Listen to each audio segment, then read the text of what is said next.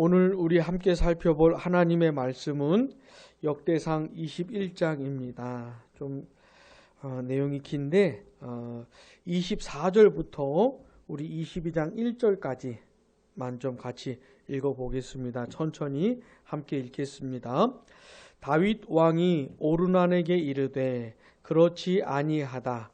내가 반드시 상당한 값으로 사리라. 내가 여호와께 드리려고 내 물건을 빼앗지 아니하겠고 값없이는 번제를 드리지도 아니하리라 하니라.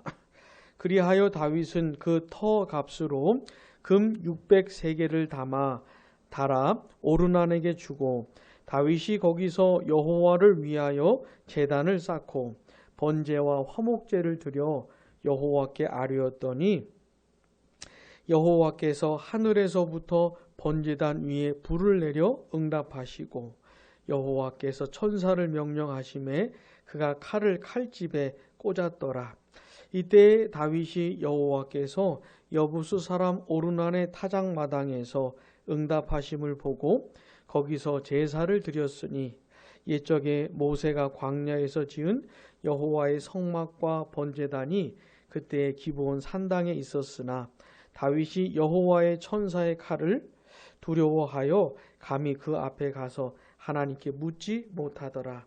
다윗이 이르되 이는 여호와 하나님의 성전이요 이는 이스라엘의 번제단이라 하였더라. 아멘. 하나님이 우리와 함께 계시다. 임마누엘이죠. 이것은 하나님께서 하나님의 백성들에게 주고자 하시는 메시지입니다. 그리고 하나님의 백성들은 이 확신을 가지고 살기를 바라십니다. 그래서 그 옛날 이스라엘 백성들을 자기 백성으로 삼으실 때에도 똑같은 메시지를 주셨습니다. 혹시 무엇을 통해서 그렇게 하셨는지 기억이 나십니까? 무엇을 통해서? 바로 성막이죠. 성막. 애굽 땅에서 노예로 고통스럽게 살아가던 이스라엘 백성들을 건져내 주셔서 시내산에서 언약을 맺으십니다. 하나님이 그들의 하나님이 되어주시고 그들은 하나님의 백성이 되는 거지요. 그리고는 하나님께서 성막을 만들라고 하셨습니다. 이 성막이 뭐냐면 하나님의 집을 말하는 거예요. 하나님의 집. 그러니까 하나님은 이스라엘 백성들하고 아예 같이 살고 싶으셨던 겁니다. 그들을 자기 백성으로 삼으신 다음에 아예 그냥 그들과 함께 지내기를 원하셨던 거예요. 그래서 성막을 하나님의 집을 만들라는 겁니다. 그래서 그 성막을 어디에 두었냐면은 늘 중앙에 두었습니다. 중앙에. 이스라엘 백성들이 진을 폈을 때에도 성막은 늘 한가운데 있었고 행군을 할 때에도 성막은 늘 가운데 있었습니다. 그렇게 하면서 이스라엘 백성들로 하여금 보게 하시는 것이죠. 성막을 보고 하나님이 우리와 함께 계시는구나. 우리를 보호하시는구나. 우리를 인도하시는구나. 이런 확신을 갖게 하려고 했던 겁니다. 자, 그러다가 세월이 지나서 이제 가나안 땅에 정착하게 되었지요. 광야를 지나서 요단강을 건너 가나안 땅에 들어왔고 그 가나안 전쟁에서 승리하였고 그 땅을 정복을 했습니다. 그래 이제 옛날처럼 이동하면서 사는 게 아니고 그 땅에 정착해서 살아야 하는 겁니다. 그래서 그때 하나님께서 이동형 하나님의 집이 아니고 성막이 아니라 이젠 성전을 만들게 하신 것이 성전. 그렇게 해서 지어진 것이 예루살렘 성전인데 그 예루살렘 성전을 통해서 주시는 메시지는 똑같은 겁니다. 임마누엘, 하나님이 우리와 함께 계시다. 그러니까 이스라엘 백성들은 그 성전을 보면서 하나님이 우리와 함께 계시는구나. 이 확신을 갖기를 바라셨던 거예요. 그러니까 이 성막이나 성전은 굉장히 중요한 겁니다. 이스라엘 백성들에게 굉장히 중요한 거예요. 그런데 역대하 3장 1절을 보시면 이런 말씀이 있습니다. 들어보셔요. 솔로몬이 예루살렘 모리아 산에 여호와의 전 건축하기를 시작하니 그곳은 전에 여호와께서 그의 아버지 다윗에게 나타나신 곳이요 여부수 사람 오르난의 타작마당에 다윗이 정한 곳이라. 아멘.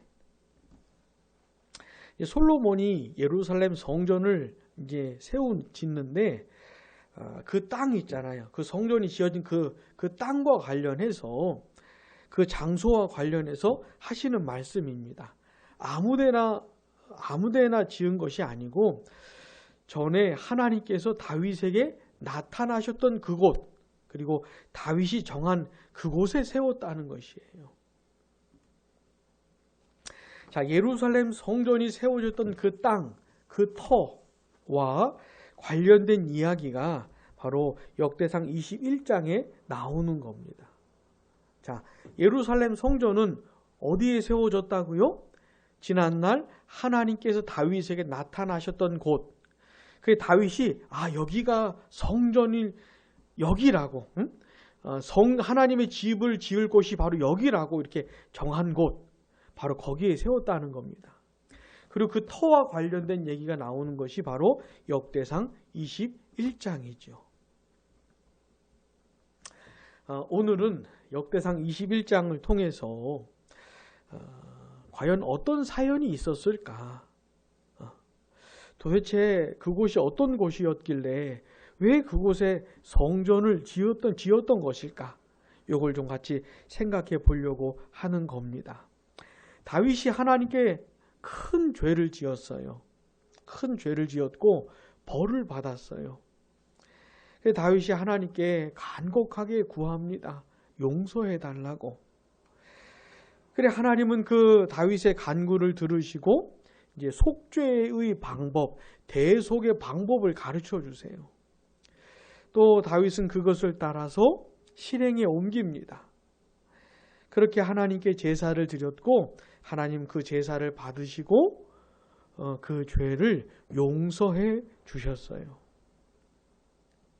이게 그 터와 관련된 사연입니다. 자, 본문 1절과 2절, 역대상 21장 1절과 2절 우리 같이 읽어보겠습니다. 사탄이 일어나 이스라엘을 대적하고 다윗을 충동하여 이스라엘을 계수하게 하니라. 다윗이 요압과 백성의 지도자들에게 이르되 너희는 가서 브엘세바에서부터 단까지 이스라엘을 계수하고 돌아와 내게 보고하여 그 수효를 알게 하라 하니. 이게 다윗의 죄라는 이것이 이스라엘 백성들의 인구수를 세서 이스라엘 백성들의 인구수를 세워서 보고하라는 겁니다. 브엘세바에서부터 단까지라는 말은 이스라엘 땅의 남쪽에서부터 북쪽까지, 그러니까 이 땅에 살아가는 모든 이스라엘 백성들의 인구수를 계수하라는 것이에요. 자, 이스라엘 백성들을 계수하는 것이, 그 숫자를 세는 것이 이게 왜 죄입니까? 이게 왜 죄가 되는 겁니까? 다윗의 의도가 틀려 먹었어요. 다윗의 그 중심, 이 일을 하는 다윗의 중심이 틀려 먹었어요. 지금 다윗은 이스라엘 백성들이 얼마나 많은지를 세워서 이것이 다 하나님의 은혜라고, 하나님의 은혜로 말미암아 이렇게 큰 나라, 많은 백성들이 있는 나라를 세워진 것이라고 하면서 하나님께 영광을 돌리려고 하는 것이 아니에요. 그런 것이 아니고 자신을 과시하고 자신을 드러내려고 하는 겁니다. 내가 이스라엘의 왕인데 내가 다스리는 이 나라가 얼마나 강성한지, 이 백성들이 얼마나 많은지, 내가 얼마나 대단한 왕인지, 이런 것들을 드러내고 싶었던 거예요. 지금 다윗의 마음이 교만한 겁니다. 교만으로 가득한 것이에요. 자기 자신을 높이고 자기 자신을 드러내려고 이 일을 하라고 한 겁니다. 1절에 보니까 사탄이 다윗을 충동질했다는 것이에요. 다윗이 자기 속에 있는 이 교만한 마음을 따라서 그런 어리석은 짓을 하도록 충동질을 했다는 겁니다. 다윗이 이 사탄의 괴계를 분별하지를 못하고 아니 자기가 본래 양떼를 돌보던 목동 아니었습니까? 왕하고는 천지 차이가 나는 그런 자리에 있었던 사람이 다윗 자신인데 그런 양떼를 돌보던 목동이었던 자신을 이스라엘의 왕으로 세운 분이 하나님이시잖아요. 다윗도 그걸 잘 알았던 사람이었는데 이때는 그 사실을 잊어버린 것 같아요. 하나님이 왕으로 세우셨기 때문에 다윗은 죽을 때까지 어떻게 해야 되는 겁니까? 하나님을 드러내야 되겠죠. 하나님을 높여야겠죠. 하나님께서 이렇게 하신 거라고. 이스라엘이 아무리 강성하고 그 백성들의 숫자가 아무리 많아도 이건 오직 하나님께서 하신 것이라고. 모든 영광 하나님 받으시라고. 죽는 날까지 왕의 자리에서 내려올 때까지 다윗은 계속해서 이렇게 했었어야 되는데 이 당시에는 그러지를 않았던 것이죠. 사탄의 충동질을 이기지 못하고 그 괴계를 분별하지 못하고 너무나도 어리석게도 교만한 마음에 사로잡혀가지고 자기를 이방 나라의 왕들처럼 자기를 드러내고 나타내고 봐라 내가 얼마나 대단한 왕이냐. 지금 이 짓거리를 하고 있는 거예요. 다윗이. 그래 이제 다윗의 부하였던 요압이 말립니다. 왜 그런 명령을 내리시냐고. 왜 이스라엘로 하여금 죄를 짓게 하냐고. 그럼 요압이 말려요. 근데 다윗이 그걸 듣지를 않습니다. 계속 재촉하니까 어쩔 수 없이 이제 이스라엘 백성들의 숫자를 세고 돌아오긴 합니다. 근데 요압이 다 세지도 않아요. 다 세지도 않고. 아무튼 이렇게 해서 다윗이 하나님 앞에 큰 죄를 지은 겁니다. 그리고는 이제 벌을 받는데 세 가지 중에 다윗에게 하나를 택하라고 말씀을 하세요. 하나는 3년 동안 기근이 있을 것이다. 이스라엘 땅에 3년 동안의 기근이 있을 것. 두 번째는 3개월 동안에 다윗이 적군의 패에서 쫓겨다니는 3개월 동안 그렇게 될 것.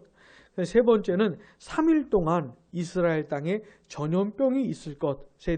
이 세 가지 중에서 한 가지를 선택하라고 하나님이 갓 선지자를 통해서 말씀을 하세요. 세 가지 모두 끔찍한 겁니다. 세 가지 모두 감당할 수 없는 것이에요. 그래서 다윗이 이렇게 말합니다. 자, 역대상 21장 13절 같이요. 다윗이 갓에게 이르되 내가 곤경에 빠졌도다. 여호와께서는 긍휼이 심히 크시니 내가 그의 손에 빠지고 사람의 손에 빠지지 아니하기를 원하나이다 하는지라. 아멘. 다윗이 이제 좀 정신을 차린 것 같아요. 정신을 차린 것 같아요. 하나님 앞에 큰 죄를 지었고 그래서 또 벌을 받아야 하는 그런 안타까운 상황에 있긴 했지만 그런 중에도 다윗이 하나님을 기억합니다. 그죠? 하나님을 기억해요. 하나님은 긍휼이 크신 분이라는 걸 기억을 합니다. 그래서 긍휼이 크신 하나님께 맡기는 것이죠. 하나님께 맡기는 것이에요.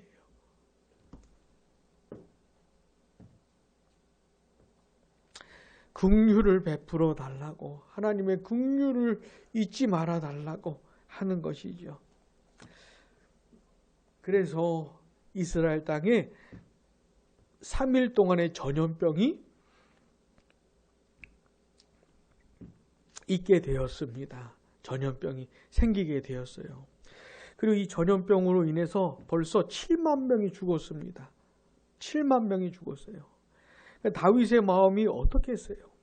자기가 지은 죄 때문에 이스라엘 백성들이 그렇게 죽었으니 다윗이 얼마나 힘들겠어요. 자, 그리고는 이번에는 예루살렘 차례가 된 겁니다. 예루살렘 차례가 된 것이에요. 이 전염병이 다 끝난 것도 아니에요. 이제 예루살렘을 차례가 된 건데, 자, 역대상 21장 15절 그 후반부에 보시면 그때에 여호와의 천사가 여부수 사람 오르난의 타작마당 곁에 선지라. 16절 같이 읽어보겠습니다.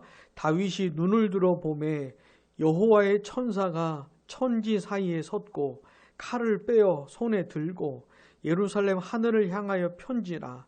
다윗이 장로들과 더불어 굵은 배를 입고 얼굴을 땅에 대고 엎드려. 아멘.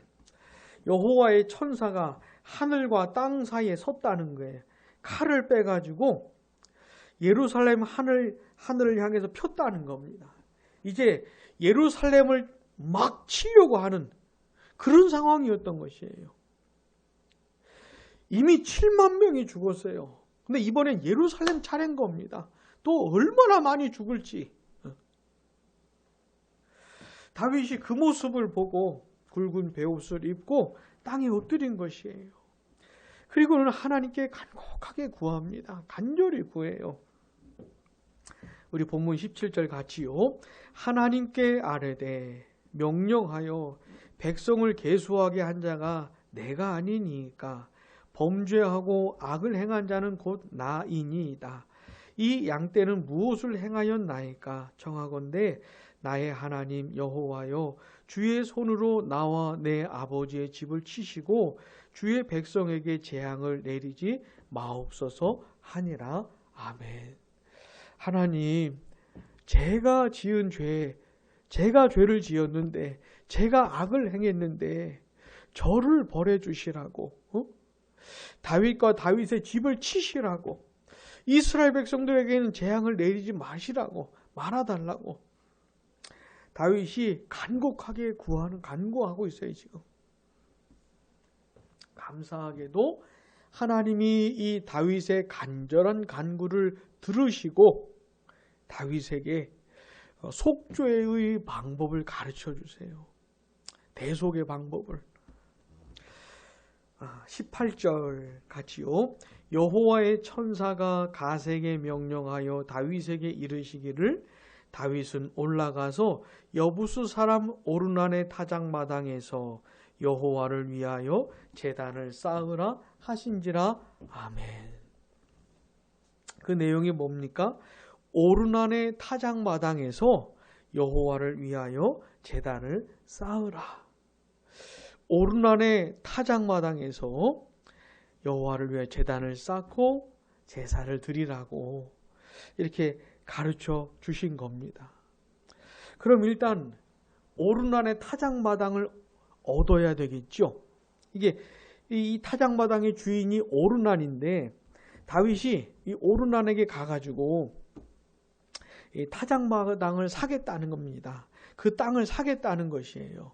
그랬더니 오르난이 그냥 드리겠다는 겁니다. 다윗에게. 그냥 드리겠다는 거예요.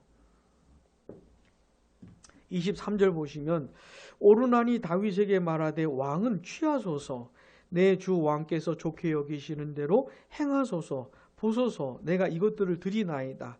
소들은 번제물로 곡식 떠는 기계는 화목으로 밀은 소제물로 삼으시기 위하여 다 드리나이다. 번제물, 소제물, 그 다음에 나무들까지 다 드리겠다는 거예요.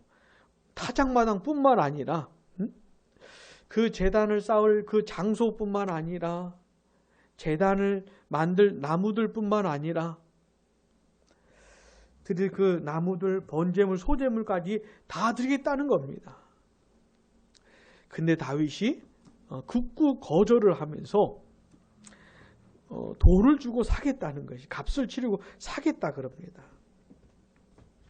자, 본문 24절부터 26절 상반절까지요. 다윗 왕이 오르난에게 이르되 그렇지 아니하다. 내가 반드시 상당한 값으로 사리라. 내가 여호와께 드리려고 내 물건을 빼앗지 아니하겠고 값없이는 번제를 드리지도 아니하리라 하니라.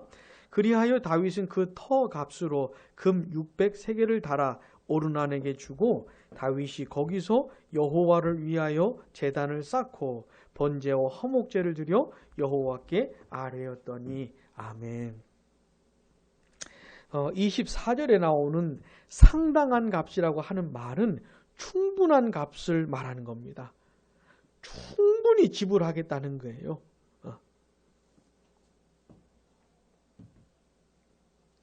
그리고는 다윗이 금 600세겔을 달아서 오르난에게 줍니다. 그 터 값으로 금 600세겔을 줬다는 것이에요.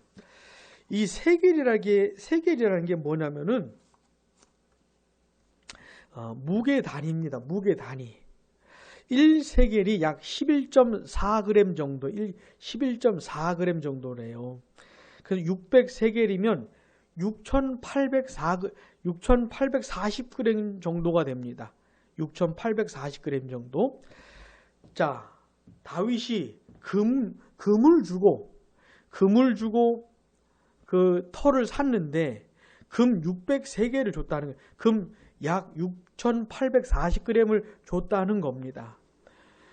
이 금 6,840g을 오늘 금값으로 오늘 우리나라 돈으로 계산을 해보면은 수억에 해당이 됩니다.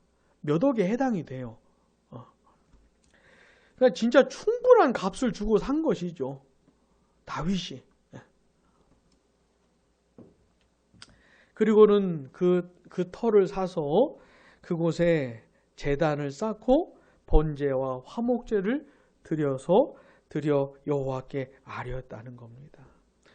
번제와 화목제를 드리면서 하나님 용서해 주시라고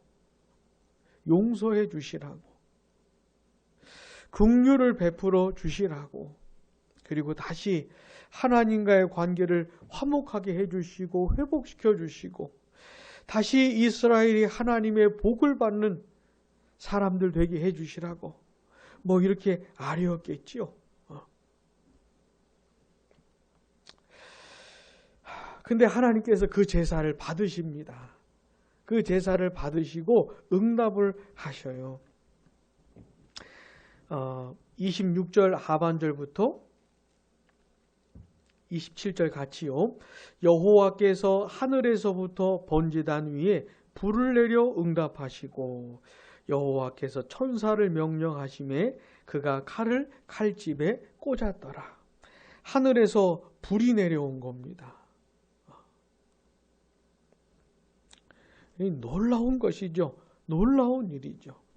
하나님께서 불로 응답하신 겁니다. 불을 내리시면서 너의 제사와 너의 간구와 너의 기도를 받았다고 하는 것을 응답해 주시는 겁니다. 그러면서 이제 그 죄를 용서하시고 그 재앙을 멈추게 하시겠다고 대답을 해 주시는 거예요. 하나님께서 불을 내리시면서 그렇게 말씀해 주시는 것이죠. 그리고는 여호와의 천사를 명령하셨고 그가 칼을 칼집에 꽂았던 겁니다. 더 이상 재앙이 있지 않게 해주신 것이죠. 자, 여기가 어디입니까? 오르난의 타작마당이었던 거예요. 오르난의 타작마당. 자, 아까 역대하 3장 1절에 보니까 솔로몬이 예루살렘 모리아산에 여호와의 전 건축하기 시작하니 그곳은 전에 여호와께서 그의 아버지 다윗에게 나타나신 곳이요. 그죠? 하나님께서 다윗에게 나타나셨잖아요. 그것도 너무너무 놀랍게 불을 내리시면서 다윗에게 나타나셨잖아요. 여기가 여부수 사람 오르난의 타작마당에 다윗이 정한 곳이라. 거기가 오르난의 타작마당이었잖아요. 그래서 다윗이 거기를 정한 겁니다. 거기를 정한 것이에요. 거기가 어디입니까? 하나님의 긍휼이 나타난 곳이죠. 하나님의 자비가 나타난 곳이고 하나님이 용서해 주신 곳이죠. 그곳이 하나님이 불로 응답하신 곳이고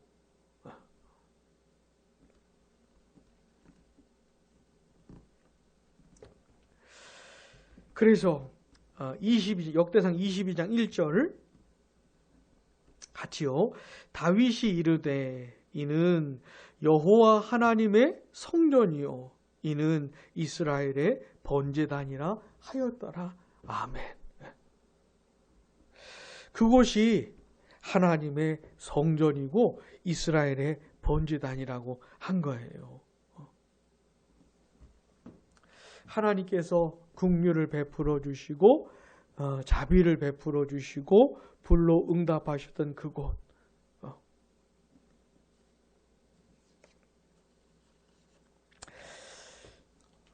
오늘 우리가 생각해 본 것은 뭐냐면 예루살렘 성전이 세워진 그 터와 관련된 내용을 생각해 본 겁니다.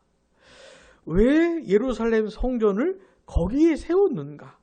도대체 그 자리가 어떤 자리길래, 무슨 사연이 있었길래 왜 그곳에 세웠는지를 생각해 본 겁니다.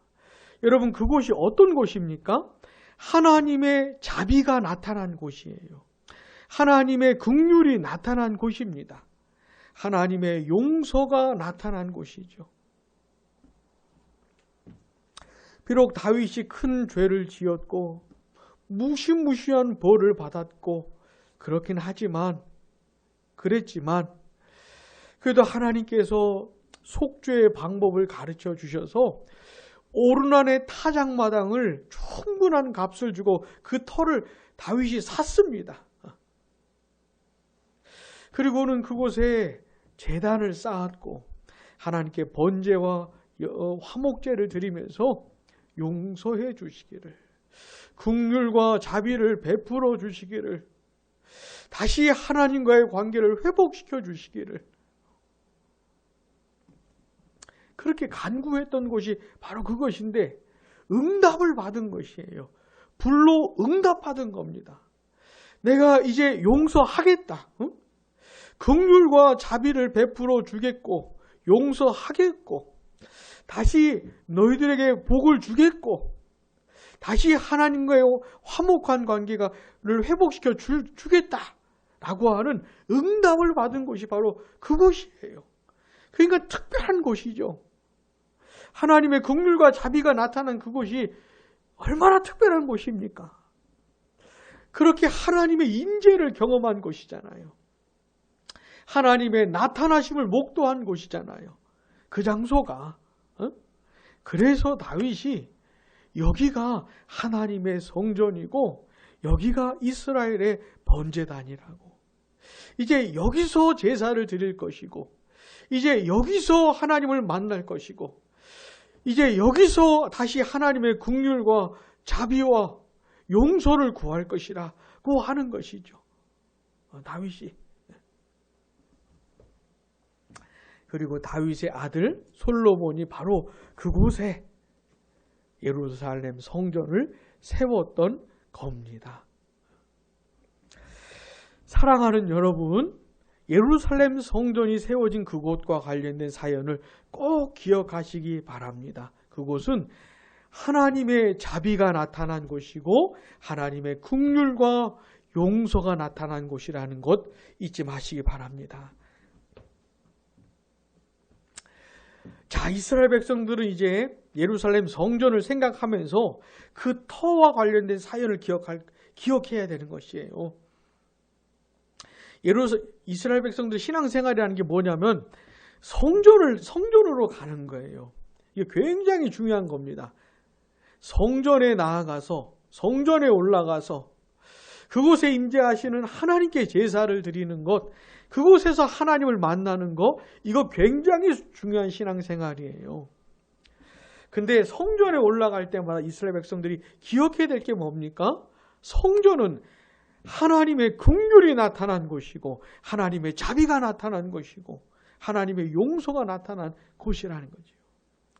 이제 우리는 성전에 올라가서 그곳에 계시는 하나님으로부터 자비와 긍휼을 받기를, 용서를 구하고 다시 하나님과의 관계를 회복하고 이런 것을 기대하면서 성전에 올라가는 것이죠.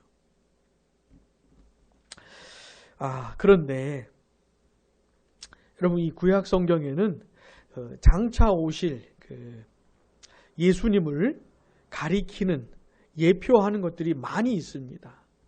그 중에 하나가 뭐냐면 바로 성전이에요. 성전, 예루살렘 성전. 옛날에 있었던 성막도 그렇고 예루살렘 성전도 장차 오실 예수님을 가리키는 겁니다. 예수님을 예표하는 것이에요. 요한복음 2장 21절에 보시면 이런 말씀이 있습니다. 예수는 성전된 자기 육체를 가리켜 말씀하신 것이라. 예수님이 죽은 자 가운데서 3일 만에 부활하실 그 육체적 부활을 설명을 하시면서 예수님의 이 몸을 그 성전에 빗대서 말씀을 해주고 있는 것이에요.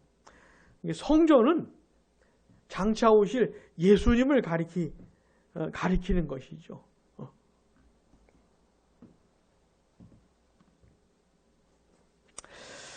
사랑하는 여러분, 예루살렘 성전이 예표하는 분이 누구라고요? 우리 예수님이시라고요.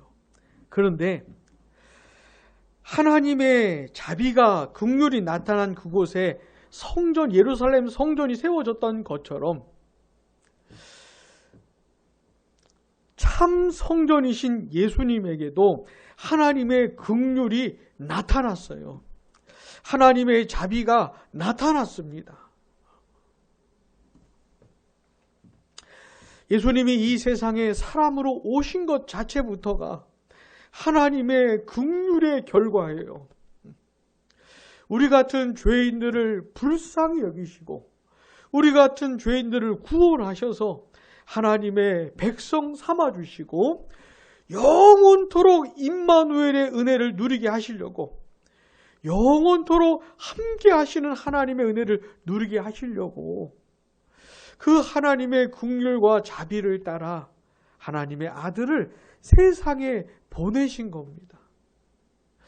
이 세상에 오셔서 예수님이 행하신 모든 것들, 예수님이 말씀하신 모든 것들, 예수님이 행동하신 모든 것들, 예수님이 이루신 모든 것들, 예수님이 순종하신 모든 것들, 이거 다 하나님의 긍휼의 결과예요. 그 예수님을 통해서 하나님의 긍휼이 나타난 겁니다.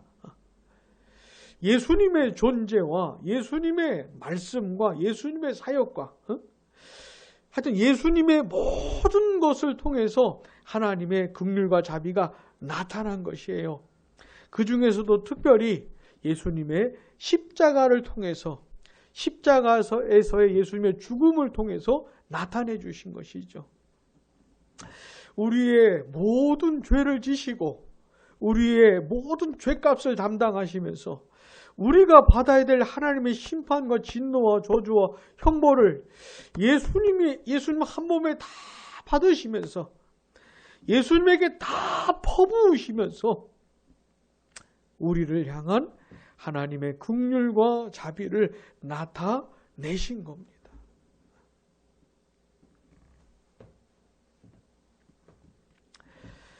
사랑하는 여러분, 참 성전이신 예수님을 통해 나타내신 하나님의 긍휼과 자비를 바라보시기 바랍니다. 하나님의 긍휼과 자비를 나타내어 주신 예수님을 붙드시기 바랍니다. 예수님을 붙잡으시기 바랍니다. 예수님을 가지시기 바랍니다. 예수님을 얻으시기 바랍니다. 예수님 안에 거하시기 바랍니다. 예수님을 통해서 하나님의 긍휼과 자비가 어떠한지를 발견하시기를 바랍니다. 영원토록 예수님과 함께 사시기 바랍니다.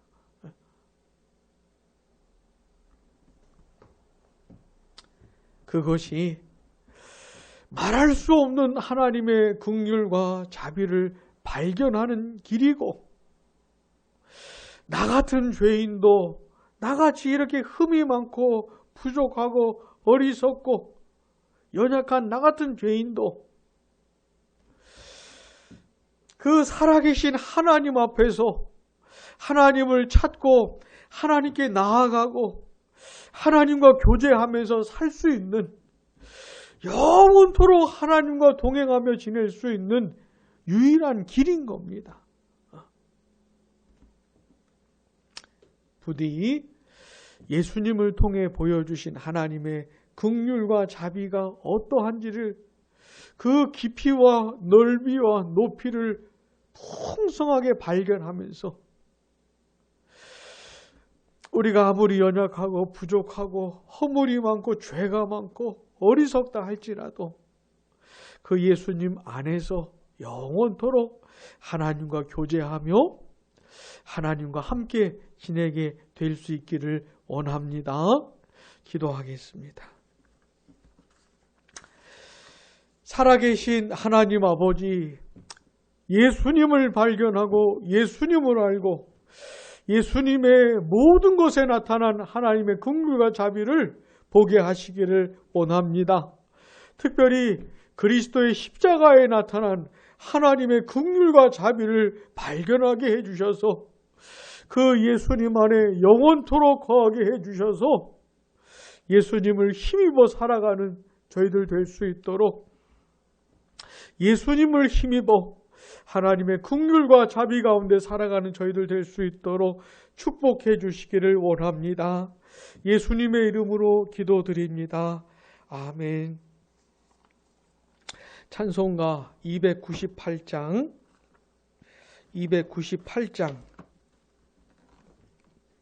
찬송하겠습니다.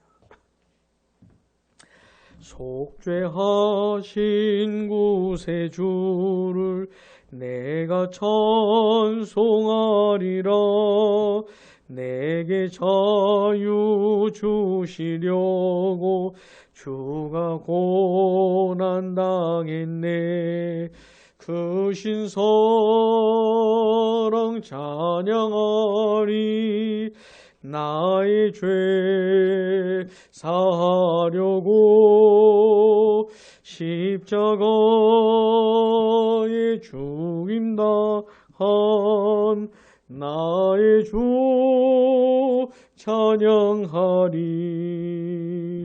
내가 구원받은 증거 기뻐 전파리라.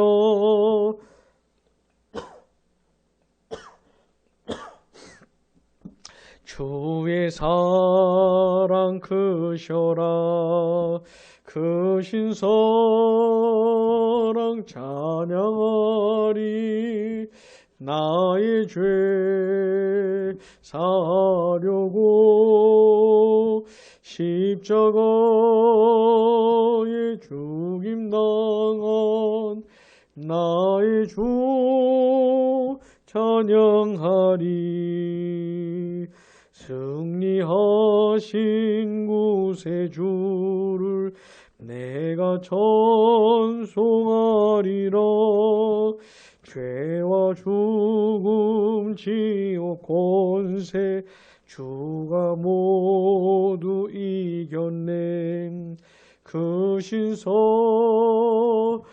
찬양하리. 나의 죄 사려고 십자가에 죽임 당한 나의 주 찬양하리. 고마우신 구세주를 내가 찬송하리라. 죽음에서 생명으로 인도하신 인도하셨네. 그 신성랑 찬양하리. 나의 죄 사하려고 십자가에 죽임당한 나의 주 찬양하리. 아멘. 여호와는 내게 복을 주시고 너를 지키시기를 원하며 여호와는 그의 얼굴을 내게 비추사 은혜 베푸시기를 원하며 여호와는 그 얼굴을 내게로 향하여 드사 평강 주시기를 원하노라. 아멘.